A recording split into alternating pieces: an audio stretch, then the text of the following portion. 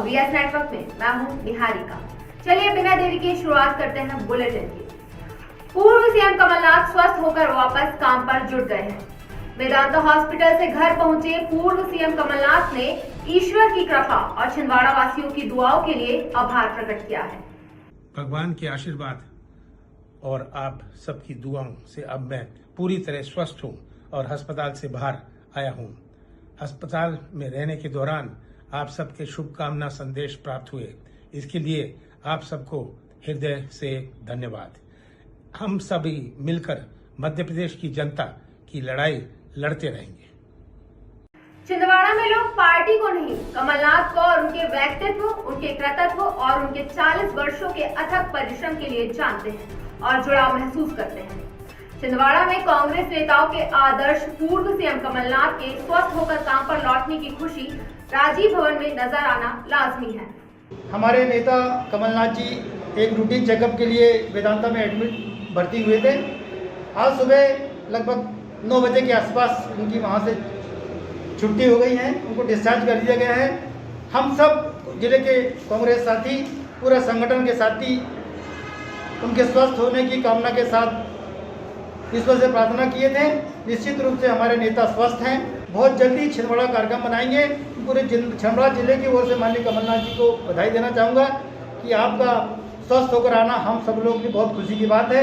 हम सब पूरे जिले के वासी, पूरे कांग्रेस कार्यकर्ता आपके डिस्चार्ज होने के बहुत बहुत प्रसन्न हैं। आप हमारे नेता कमलनाथ जी को उनकी डिस्चार्ज होने की, स्वस्थ होने की बहुत बहुत शुभकामनाएं। पावर हाउस में बिजली बिलों को लेकर शिकायतकर्ताओं का गुस्सा उस वक्त फट पड़ा जब उन्हें महसूस हुआ कि वो एक काउंटर से दूसरे काउंटर पर, एक अधिकारी के पास से दूसरे के पास फुटबॉल बने हुए हैं। वहाँ पे मैं गया, लाइनमैन आया वो साहू करके, उसने बोला मरावी जी से मिलो। मरावी जी भी बोलते हैं वो दूसरे साहब को बोलो, वो साहब बोलता है यहाँ मिलो। मैं वीपी पेशेंट परेशान हो रहा हूँ, नौकरी करके यहाँ पे अपनी आ रहा हूँ। आज की मेरी अटेंडेंस गई, 500 रुपए कौन देगा? एमपी वाला समझ रहा पब्लिक को। सीएमएल माइंड कोई सुनवाई नहीं यहाँ पे। अंदाज से अप्रैल में लाइनमैन ने अपने मन से रीडिंग डाल दिया। 2500 रुपए बिल आ रहा जो मेरा 100 रुपए आता था। आप समझिए कोई सुनवाई नहीं है यहाँ पे। वो मरावी साहब बोलते सोनिया जी से मिलो और सोनिया जी बोलते उनसे मिलो। मतलब आदमी तो परेशान हो गया ना, क्या करेगा यहाँ? जो मर्जी हो रही वही हो रही, यहाँ पे कोई सुनवाई नहीं। अभी एकदम इतना बढ़ के आ गया 2500 रुपये। इसकी शिकायत की है कहीं आपने? नहीं, अभी शिकायत नहीं, हम चेक करवाने आए, रीडिंग भी लाए हैं। 7261। पहले कितना आता था? 150 रुपये। बिल का पटा नहीं है। बिल कहाँ पटाएंगे, कहाँ पटा देंगे बिल? अभी 2 महीने दुकानें बंद रही। शिकायत की आपने? अभी वो शिकायत भारत दिए ये जो अभी जो सीजन गया यानी हमारा साल का जो है सबसे ज़्यादा यानी अप्रैल मई में जो गर्मी रहती है और जो लॉकडाउन पीरियड भी था, घरेलू जो है उपभोक्ता ज़्यादातर सभी लोग घरों में पर्याप्त मात्रा में पंखे कूलर जो भी यूज़ किए हैं ना, ज़्यादातर रहना घर में हुआ है। और कुछ पिछले माह की जो है रीडिंग जो है प्रॉपर मतलब पूरी नहीं हुई थी, मतलब 100% नहीं हुई थी। कुछ जगह कंटेनमेंट एरिया में या कुछ हमारे मीटर लीटर बीमार हो गए थे तो रीडिंग ले नहीं पाए थे कुछ लोग। तो ऐसा बहुत कम % है ये जो रीडिंग ले लिए है। इसमें क्या हुआ था कि पूर्व के खपत के आधार पर बिल बना दिए गए थे कुछ। परासिया थाने में अपहरण का एक आरोपी पुलिस वालों को चकमा देकर फरार हो चुका था। सूचना पाकर महकमे के हाथ पैर फूल चुके थे। धारा 363 और अब परासिया में धारा 224 के तहत मामला पंजीबद्ध कर पुलिस ने तलाश तेज कर दी है। यहाँ हम आपको बता दें कि आदतन अपराधी इस आरोपी पर परासिया के साथ छिंदवाड़ा में भी पुराने केस दर्ज हैं।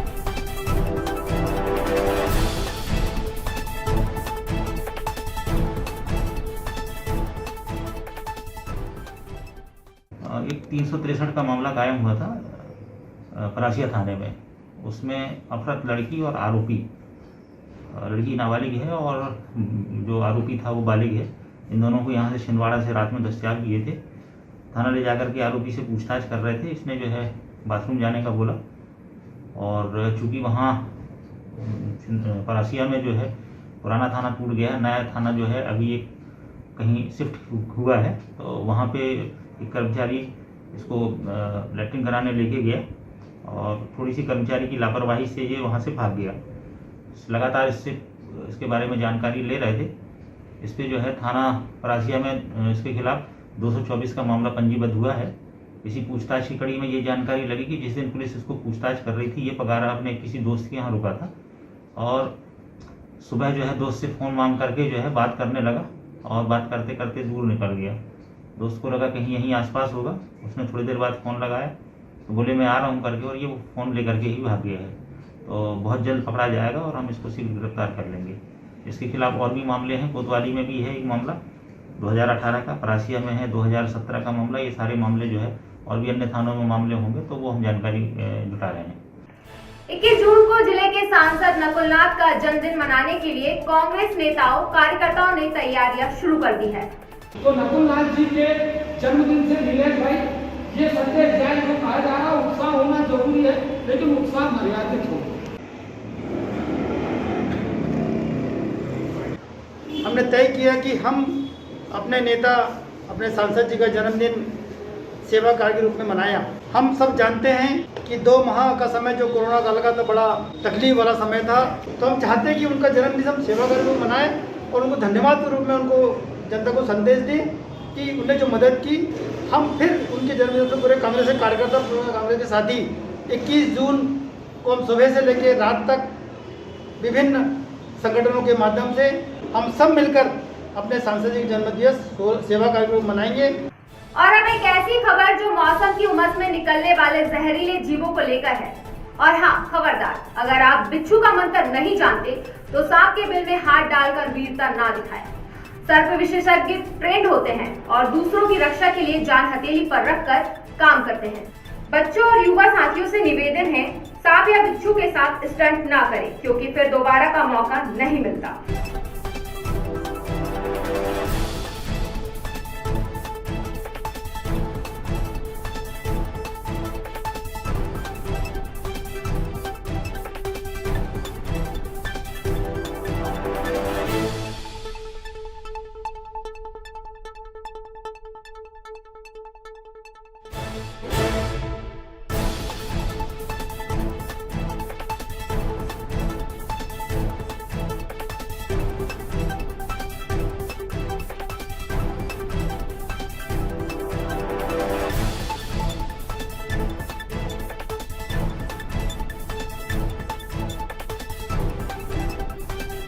सर्प निकलेंगे अभी, तो आप इनको ना मारे, हमें सूचना दें।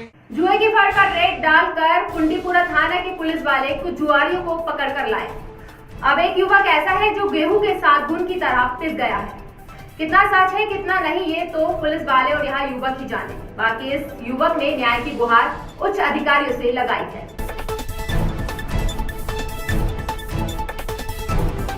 मामला ये हुआ है थाना कुंडीपुरा, जिला छिंदवाड़ा। सोनाखार में 4 लोग को जुआ से पकड़कर लेकर आया गया है। उसमें से मेरे बड़े पिताजी का लड़का पकड़ाया था, तो उसमें मैं बड़े पिताजी को आने की उस टाइम में 4 बजे रात आने की 4 बजे वहाँ रेड पड़ी है सोनाखार में।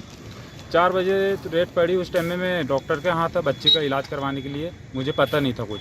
मैं 7-8 बजे सोनाखार पहुँचा। 7-8 बजे सोनाखार जैसे पहुँचा तो मेरे यहाँ बड़े पिताजी बोलने लगे कि भैया कुंडीपुरा थाना तक चलना है। मुझे कुछ पता नहीं। मैंने पूछा कैसा क्या है, तो बोले बेटा पकड़ा गया है। तो मैं बड़े पिताजी के साथ बोले कुंडीपुरा थाना चलना है। मैंने बड़े पिताजी के साथ कुंडीपुरा थाना तक गया हूँ। बड़े पिताजी को वहाँ सामने छोड़ा और मैं वहाँ गाड़ी खड़ी करा। एक पुलिसकर्मी वहाँ से बाहर निकल कर आया, बालकृष्ण तिवारी। बोले अंदर साहब बुला रहे हैं, लेकिन मुझे अंदर किसी ने नहीं बुलाया। वो अंदर मेरे को लेकर गया और मेरे को जबरन बिठा दिया गया, धमकी देने लगा बेटे अंदर बाहर नहीं जाना। फिर जबरन मेरे को 2, 4, 5, 6 लट मारा गया है और धमकी दे रहे थे कि 110 की कार्रवाई कर देंगे, 151 लगा देंगे, जेल जाना पड़ेगा। 30,000 रुपये की मांग कर रहे थे।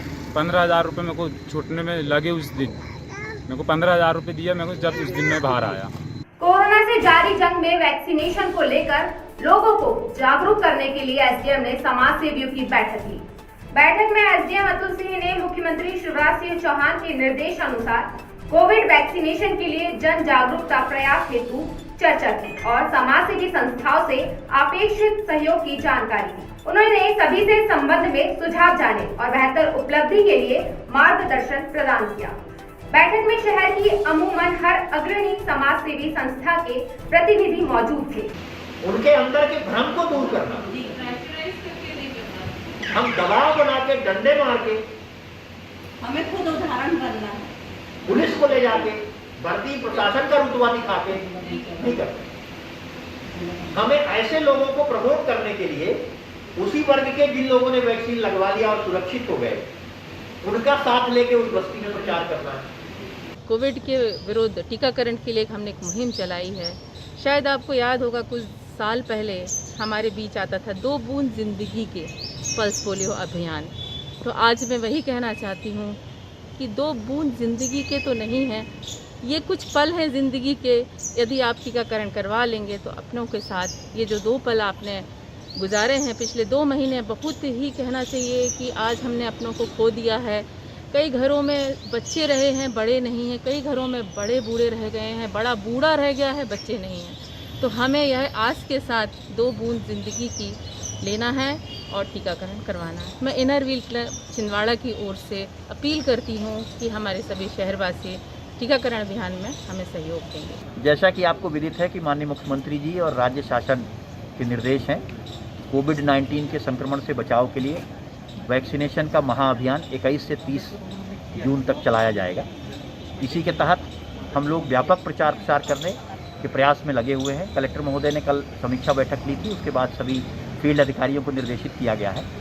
आज यहाँ हम लोगों ने स्वयंसेवी संगठनों की बैठक ली थी और स्वयंसेवी संगठनों का प्रभाव जो है उनके कार्य क्षेत्र में ज़्यादा रहता है, वो लोगों के समाज के हित के लिए काम करते रहते हैं। तो उनसे बैठक लेके सभी संगठनों से आग्रह किया है कि इस अभियान में सहभागिता अपनी दें और ज़्यादा से ज़्यादा लोगों को वैक्सीन लगाने के लिए प्रेरित करें, जिससे हम अपने ज़िले के 100% लोगों को कोविड-19 का वैक्सीन टीका लगवा सकें और उनको कोविड से सुरक्षित करें। क्योंकि आपने देख लिया है जिन जिन को वैक्सीनेशन हुआ है वे हमारे बीच में उपलब्ध हैं और जिन्होंने किसी कारण से नहीं लगाया वे ईश्वर के पास चले गए। तो मेरा करबद्ध निवेदन आपसे हमारे सामाजिक संगठनों के माध्यम से कि प्रशासन का साथ दें, इसलिए नहीं, हम अपना जीवन सुरक्षित रखें, इस पवित्र भावना के साथ में अब वैक्सीनेशन जरूर करवाएं। अपने परिवार को, मोहल्ले में, समाज में, आपके रिश्तेदार को, सबके लिए इसकी प्रेरणा दें।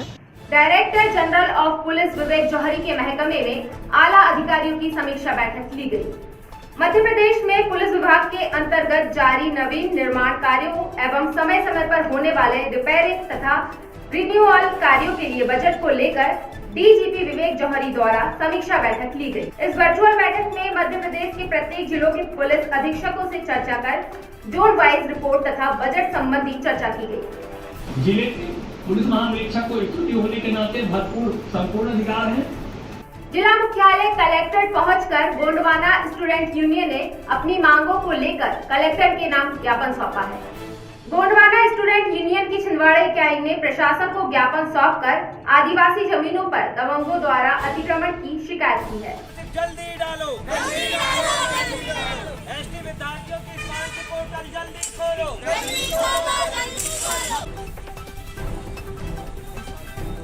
मुख्यतः 3 मांगों के लिए आज हम ज्ञापन देने के लिए आए हैं। एक यहाँ पर हमारे साथ सीता भलादी हैं जो एक आदिवासी परिवार से हैं। इनकी 6 एकड़ 11 डेसिमल जमीन पिछले 30 साल से गैर आदिवासी और बीजेपी कांग्रेस के बड़े नामचीन नेताओं ने कब्जा करके रखे हैं और उसका प्लाट बेच रहे हैं। जब ये न्याय के लिए अनुविभागीय अधिकारी के पास गई तो इनको साफ से न्याय मिल चुका है कि आदिवासी जमीन गैर आदिवासी नहीं खरीद सकता। उसके बावजूद भी इनकी जमीन पे आज भी कब्जा जमा हुआ है। पिछले 30 साल से ये भटक रहा है। काम कर रहा है। चक्रपाल सिंह पटेल का हाथ है इसमें और राजेश रघुवंशी है, अरविंद सिंह चौधरी है और जयपाल उल्टी है।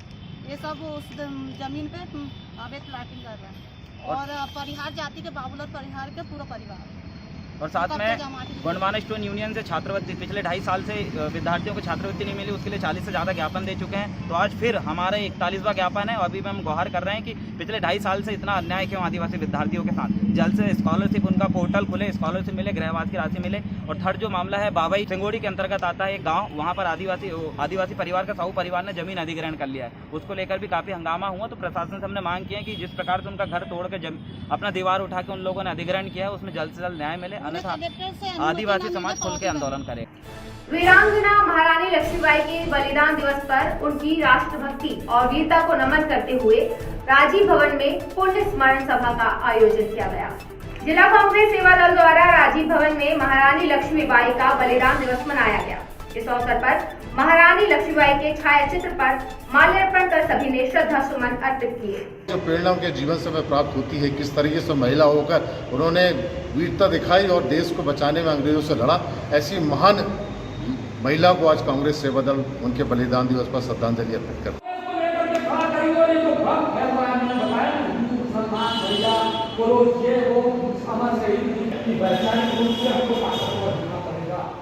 ऑक्सीजन ऑक्सीजन चिल्लाते चिल्लाते हमारे बीच के कई अच्छे लोग स्वर्ग सिधार गए। कोरोना से घुटती सांसों के बीच हमने ऑक्सीजन की कमी के कारण पेड़ पौधों का महत्व स्वीकार किया, लेकिन जरा सी राहत मिली नहीं कि आलम वही का वही। ऐसा लगता है जैसे हम इंसानों ने कसम खाई है कि मरते मरते मर जाएंगे लेकिन सुधरेंगे नहीं।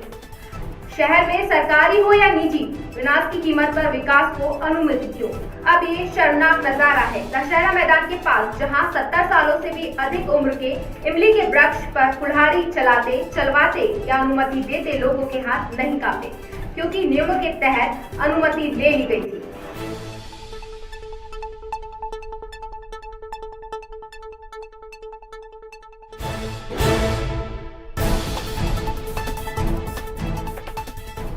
कोरोना काल में महामारी, जिससे कि एक एक व्यक्ति एक एक बूंद के लिए ऑक्सीजन की तरस रहा था। आप हॉस्पिटल, प्राइवेट हॉस्पिटल और बाहर तक आदमी पड़े थे, लोग पड़े थे। उसको देखते हुए तो कम से कम अभी पेड़ नहीं काटना था। अभी पर्यावरण महोत्सव चल रहा है, हर एक राजनीतिक पार्टी, सामाजिक पार्टी, शासन, प्रशासन, हर एक इसका बहुत बड़े बड़े स्तर में कार्यक्रम, अपने अपने स्तर में कार्यक्रम कर रहा है। आप अभी देखिए, पूरा 70 से 80 साल पुराना पेड़ काट दिए, या रात में काटे या सुबह काटे, भगवान जाने कब काटे, मैं गलत है। फिलहाल इतना ही। कोरोना को लेकर लापरवाही न बरते। आपसे फिर होगी मुलाकात। Till then take care.